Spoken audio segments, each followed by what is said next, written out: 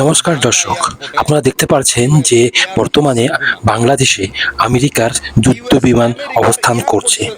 কি হতে যাচ্ছে এই বাংলাদেশে? কারণ সারা বিশ্বে যেখানেই অস্থিরতা হয়েছে সেখানেই কোনো না কোনোভাবে আমেরিকা যুক্ত। আর তারই মাঝে এখন বাংলাদেশে অবস্থান করছে আমেরিকার যুদ্ধ বিমান। কি ঘটতে যাচ্ছে বাংলাদেশে তা নিয়ে বাংলাদেশের জনসাধারণ মানুষ আতঙ্কে।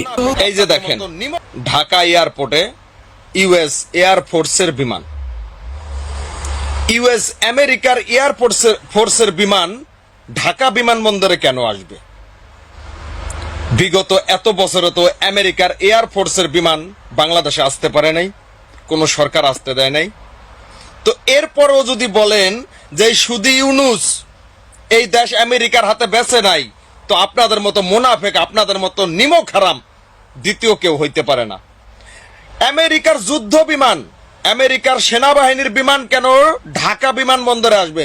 প্রমাণ এই যে দেখেন,